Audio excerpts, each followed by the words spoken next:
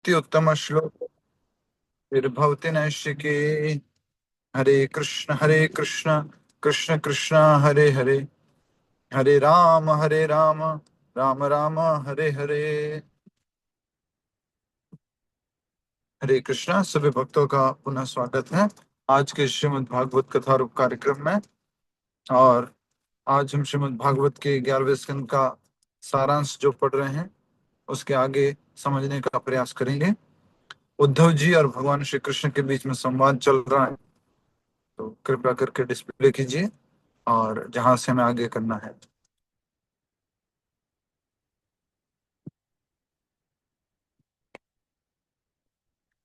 हरे कृष्ण।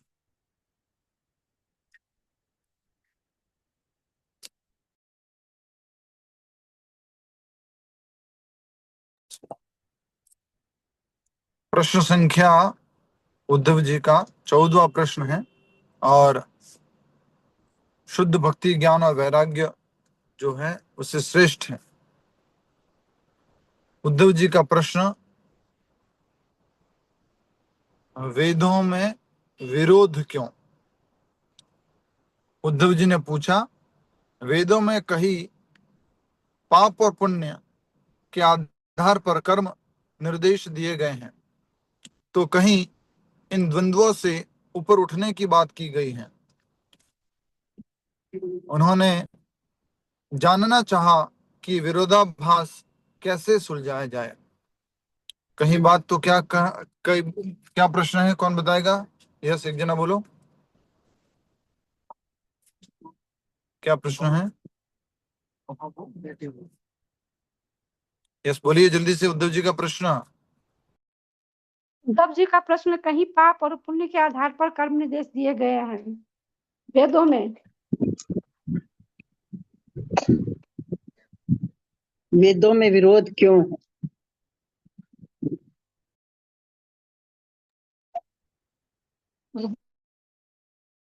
उन्होंने बताया कि जानना था कि विरोधाभास कैसे सुलझाया जाए। हरे कृष्णा, प्रभु जी का नेटवर्क चला गया है, उन्होंने रीजॉइन कर लिया है।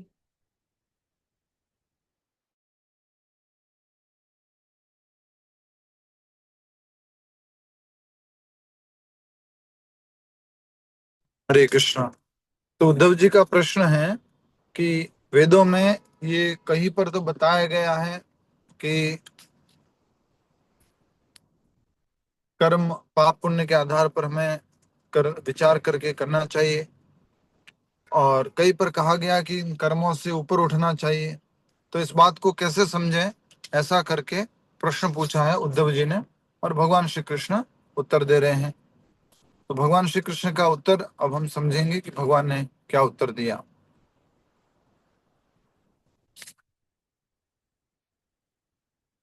डिस्प्ले नहीं हुआ है। प्रभु जी हो गया है, दिख रहा है स्क्रीन पे।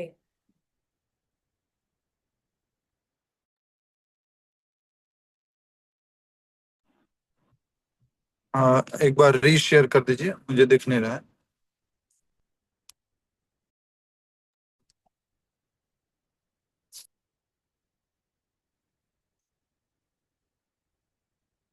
भगवान उत्तर दे रहे हैं। भगवान श्री कृष्ण का उत्तर,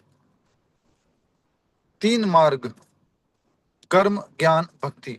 भगवान ने कहा कि मनुष्यों के लिए 3 प्रगति पथ हैं।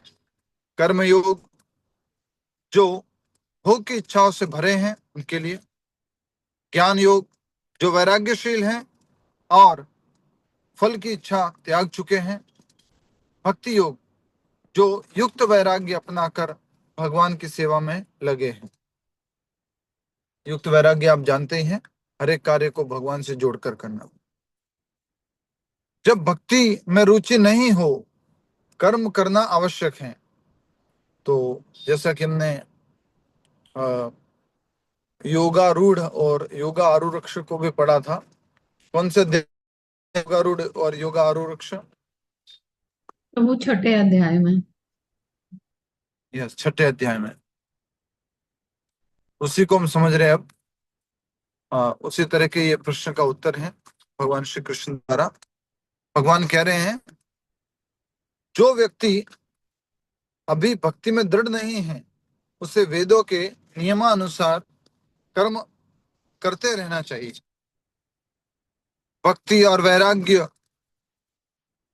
जागने पर वह कर्मों से मुक्त हो सकता है। तो पहला क्या कहा कि जो भी भक्ति में दृढ़ नहीं है उसको जो है वेदों के अनुसार कर्म करते रहना चाहिए। भक्ति और वैराग्य जागने पर ही वह कर्मों से मुक्त हो सकता है। तो जब भक्ति जाग जाएगी, वैराग्य पूरी तरह से जाग जाएगा, तो इस कर्म के बंधन से मुक्ति होगी। इस कर्म के बंधन के बारे में आ, आ, कर्मों के इस जाल से व्यक्ति मुक्त हो सकता है और कर्मों को त्याग कर सकता है। जो व्यक्ति अभी तक भक्ति में दृढ़ नहीं है उसे वेदों के अनुसार कर्म करते रहना चाहिए। भक्ति और वैराग्य जागने पर ही वह कर्मों से मुक्त हो सकता है। स्वर्ग और नरक के निवासी भी मानव जन्म की आकांक्षा करते हैं क्योंकि केवल मनुष्य ही भक्ति व ज्ञान द्वारा मुक्ति पा सकता है। मानव शरीर, नाव, गुरु, नाविक, श्री कृष्ण, अनुकूल वायु। तो इस प्रकार से हम समझ सकते हैं कि मनुष्य जीवन बहुत मूल्यवान है। उस नाव के बराबर है, गुरु नाविक के बराबर है, श्री कृष्ण अनुकूल वायु के बराबर है। इस प्रकार से हम जो है इस भौतिक जगत रूपी संसार सागर रूपी इस भव सागर से पार हो सकते हैं, बंधन से मुक्त हो सकते हैं। अच्छा आगे। प्रभु जी, कर्म योग अगर 100% डोपटेल्ड हो जाता है, जो कि गीता में भी प्रभुपाद जी ने। प्रभु बीच में एकदम से ऐसे मत बोलिए, लास्ट में रखिए इसको, ठीक है। हाँ, अगला, जैसे अश्व चालक धीरे धीरे अश्व को नियंत्रित करता है वैसे ही योगी मन को वश में करे। यम नियम, तत्व चिंतन, सृष्टि और प्रलय का चिंतन मन को स्थिर करने के साधन हैं। यम नियम, तत्व चिंतन, सृष्टि और प्रलय का चिंतन मन को स्थिर करने के साधन हैं। उदाहरण दिया था अश्व चालक, जो धीरे धीरे अश्व को नियंत्रित करता है, वैसे ही योगी को मन को वश में करना है। भक्त को यदि गलती भी हो जाए तो वह भक्ति के अभ्यास से पाप नष्ट कर देता है। भक्त से अगर गलती भी हो जाए तो भक्ति के अभ्यास से वो नष्ट हो जाता है।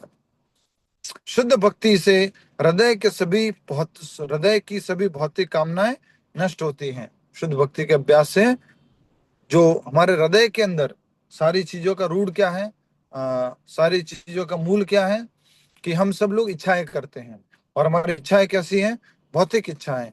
तो भौतिक इच्छाओं को कैसे नष्ट किया जा सकता है, भौतिक इच्छाओं को कृष्ण भावना भावित कैसे बनाया जा सकता है, शुद्ध भक्ति के द्वारा। जो भी कर्म तप ज्ञान योग दान यज्ञ से प्राप्त होता है वह सब प्रेम पूर्वक की गई भक्ति से सहज मिल सकता है। भगवान के सच्चे भक्त मोक्ष तक को ठुकरा देते हैं, वे केवल भगवान को चाहते हैं। तो गीता का कौन सा श्लोक है जो बताता है कि जो तप ज्ञान योग दान आदि से जो प्राप्त होता है वो भक्ति से सहज ही मिल जाता है? कौन सा श्लोक है? वेदेषु यज्ञेषु तपस्सु चैव दानेषु। Yes, very nice, thank you माताजी। वेदेषु यज्ञेषु तपस्सु चैव दानेषु यत्पुण्यफलं प्रदिष्टम् तत्तेति तत्सर्वमिदं विदित्वा योगी परमस्थानमुपैति चाद्यम्। म्यूट कर दीजिए। तो यही प्रभु बात जी, यहाँ मोक्ष को ठहराने का मतलब क्या होता है? प्रभु बाद में प्रश्न पूछना, आज वैसे भी मैं बाहर हूँ, थोड़ा डिस्ट्रक्शन रहेगा, ओ, याद रखना प्रश्न अपना। हाँ।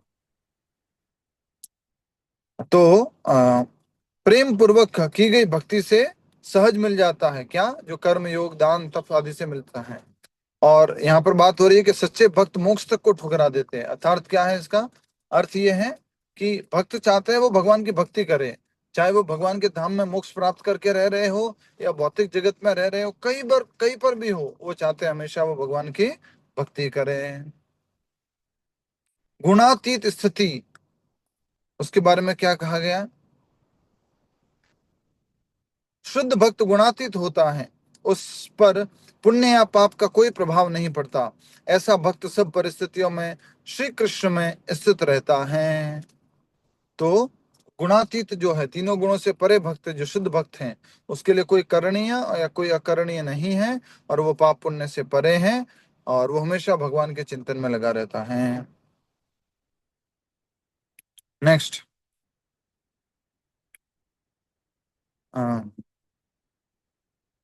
भक्ति ही परम साधन है। भगवान कहते हैं, जो इन शिक्षाओं को गंभीरता से अपनाते हैं वे मुझ तक पहुंचते हैं और मेरे धाम को प्राप्त करते हैं। तो भक्ति को हमें गंभीरता से अपनाना है, और भगवान तक पहुंचने का ये सॉरी सरल मार्ग है, भक्ति मार्ग, भक्ति योग। अगला प्रश्न, तो ये कर्म बंध से किसके लिए कर्म है? तो जो भी शुद्ध भक्ति में स्थित नहीं है उनको तो कर्म करने हैं, और जो शुद्ध भक्ति में स्थित है वो कर्म बंधन से मुक्त है, उनको किसी भी प्रकार के कर्म का कोई नियम नहीं है। ये उद्धव जी के प्रश्न का उत्तर हुआ। 15वां प्रश्न, श्री उद्धव जी पद्म नेत्र श्री नेत्र श्री कृष्ण वैदिक शास्त्रों के अनुसार, श्री उद्धव ही पद्म नेत्र श्री नेत्र कृष्ण, थोड़ा सही लिखा है? हे पद्म नेत्र। अच्छा, श्री उद्धव जी ने कहा, हे पद्म नेत्र श्री कृष्ण, वैदिक शास्त्रों के अनुसार अच्छे कार्य अपनाने चाहिए और बुरे कार्यों से बचना चाहिए, परंतु पाप और पुण्य के बीच भेद किए बिना आपके निर्देशों को समझ पाना संभव नहीं है। इस ज्ञान के बिना मनुष्य समाज किस प्रकार जीवन की पूर्णता की ओर अग्रसर होगा? और आप कह रहे हैं पाप और पुण्य पर मनन एक दुर्गुण है, कृपया मेरी उलझन का समाधान करें। बहुत ही सुंदर प्रश्न है।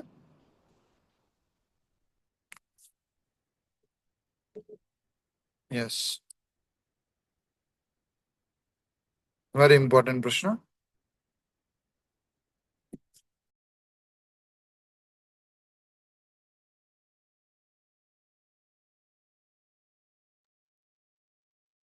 तो बहुत ही महत्वपूर्ण प्रश्न है, और उसमें भगवान अब उत्तर देंगे कि वेदों के अनुसार अच्छे कार्य, बुरे कार्य और पाप पुण्य के भेद नहीं करेंगे तो हम कैसे समझ पाएंगे, कैसे हम भक्ति के कार्य करेंगे? और आपने एक तरफ कहा है कि हमें पाप और पुण्य पर मनन नहीं करना चाहिए, एक दुर्गुण है, तो कैसे समझे, इसका समाधान कीजिए। तो भगवान उत्तर दे रहे हैं, जो भक्ति, ज्ञान या कर्म योग के योग्य नहीं हैं और केवल इंद्रिय सुख में लगे हैं, वे पुनर्जन्म और दुखों की श्रृंखला में फंसे रहते हैं। प्रत्येक व्यक्ति के स्तर के अनुसार धर्म और अधर्म की परिभाषा अलग अलग होती है।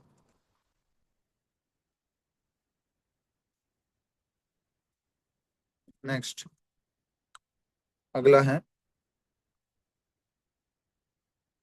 स्थान काल वस्तु आदि की शुद्धि, भूमि समय वस्तुएं कर्ता मंत्र कार्य, इन सब की शुद्धि के बिना वैदिक कर्म अधर्म कहलाता है। जैसे जहाँ कृष्ण भक्ति नहीं है, जहाँ मांसाहार है, वह स्थान अशुद्ध है। सभी वैदिक विधियों का मूल उद्देश्य इंद्रियों को वश में कर परमात्मा की ओर अग्रसर करना है। फूलों से मोहित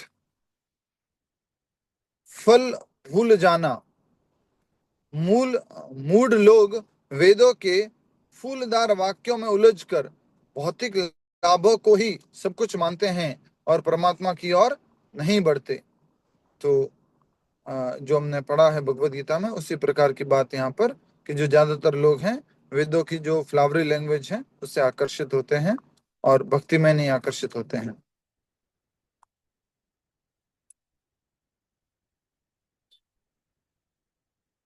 यस, सच्चे ज्ञानी की दृष्टि, एक बार पॉज कर लीजिए 1 मिनट के लिए रिकॉर्डिंग। यस, ज्ञानी व्यक्ति वेदों के रहस्य को समझता है कि सभी वेद भगवान को ही लक्ष्य करते हैं। वेदों की उत्पत्ति और अंत, वेदों का प्राकट्य भगवान की श्वास से होता है और अंततः वे उनमें ही लीन हो जाते हैं। ठीक जैसे मकड़ी अपने जाल को वापस समेट लेती है।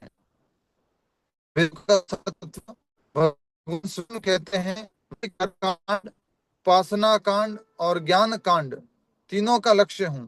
जो मुझे नहीं पहचानते वे वेदों के असली उद्देश्य को नहीं समझते।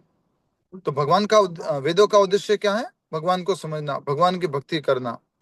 तो कर्म कांड, उपासना कांड और ज्ञान कांड तीनों का लक्ष्य भगवान है। पर जो भगवान को नहीं जानते वो वेदों के उद्देश्य को नहीं समझते हैं। वेदों की सही समझ वही है जो उन्हें श्री कृष्ण की भक्ति में परिणत करे। इंद्रिय सुख हेतु वेदों का प्रयोग लक्ष्य से भटकना है। सच्चा वैदिक धर्म है भगवत प्राप्ति के लिए शुद्ध भक्ति। अगर इंद्र तृप्ति के लिए हम वेदों का उपयोग ले रहे हैं, सहारा ले रहे हैं, तो एक प्रकार से लक्ष्य से ये भटकना हो गया। भगवत प्राप्ति के लिए हमें शुद्ध भक्ति करना है। नेक्स्ट,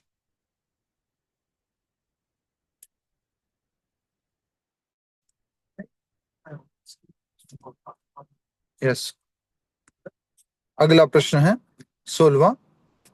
उद्धव जी का प्रश्न, षष्ठी के तत्व कितने हैं? विभिन्न ऋषियों द्वारा षष्ठी के तत्वों की संख्या में भिन्नता,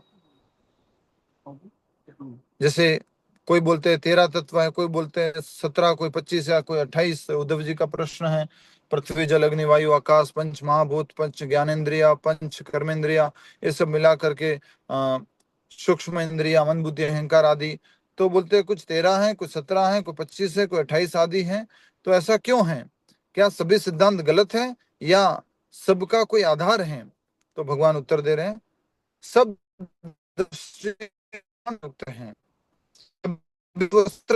हैं, अतः विभिन्न दार्शनिक विभिन्न दृष्टिकोण से व्यक्ति करते हैं। सबने मेरी योग माया की का वर्णन किया है जो विरोधाभासी नहीं है। तो जिसको जिस प्रकार से समझ में आया है उस प्रकार से उन्होंने उन तत्वों का वर्णन किया है जिसमें कोई विरोधाभास नहीं है। प्रकृति और पुरुष अर्थात आत्मा के बीच भ्रांति, दोनों एक जैसे दिखते हैं पर अलग हैं। भौतिक तत्व सूक्ष्म से स्थूल में रूपांतरित होते हैं और एक दूसरे में अंतर्निहित रहते हैं। 22 तत्वों की गणना, भगवान, गिनिए सब लोग, भगवान, जीव, महतत्व, अहंकार, 5 स्थूल तत्व, कर्म ज्ञान 5 है और 3 गुण। इस प्रकार से 28 तत्व बताए गए हैं। अन्य गिनतियां 25, 17, 16, 13, 7, 6, 4 आदि तर्क और दृष्टिकोणों पर आधारित है। अलग अलग जो बताए गए हैं वो अलग अलग दृष्टिकोण पर आधारित है। ठीक है, नेक्स्ट बढ़ेंगे।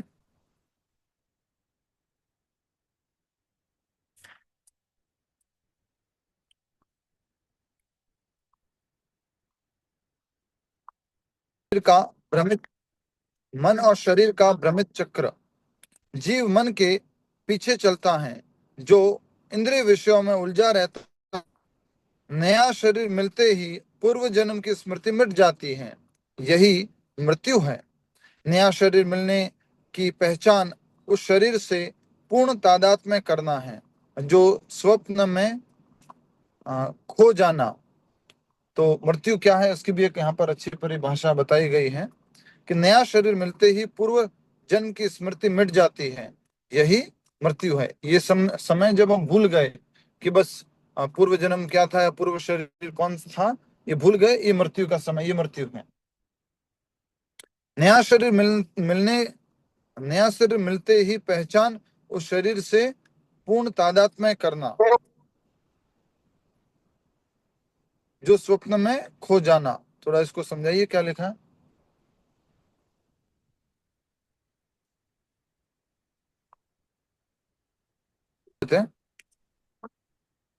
प्रभु Next. आत्मा के बारे में लिखा, आत्मा को जब नया शरीर मिल जाता है तो उस शरीर से पूर्ण तदात्म्य कर लेता है। यस, हरे कृष्णा। आत्मा को जब नया शरीर मिल जाता है तो शरीर से पूर्ण तादात्म्य कर लेता है। उसको रियलिटी मानने लग जाता है, जैसे कि हम नए शरीर नींद को, में नए सपने को शरीर को सच मानने रियलिटी लगते हैं, मानने लग वैसे ही नए शरीर को वो सच मानने यस लगते हैं। Yes yes yes. एक सेकंड के लिए पॉज कीजिए। आप लोग थोड़ा, आप ऐसा कीजिए, अध्ययन कर। जय श्री कृष्ण चैतन्य प्रभु नित्यानंद श्री अद्वैत गदाधर श्रीवास आदि गौर भक्त वृंदा।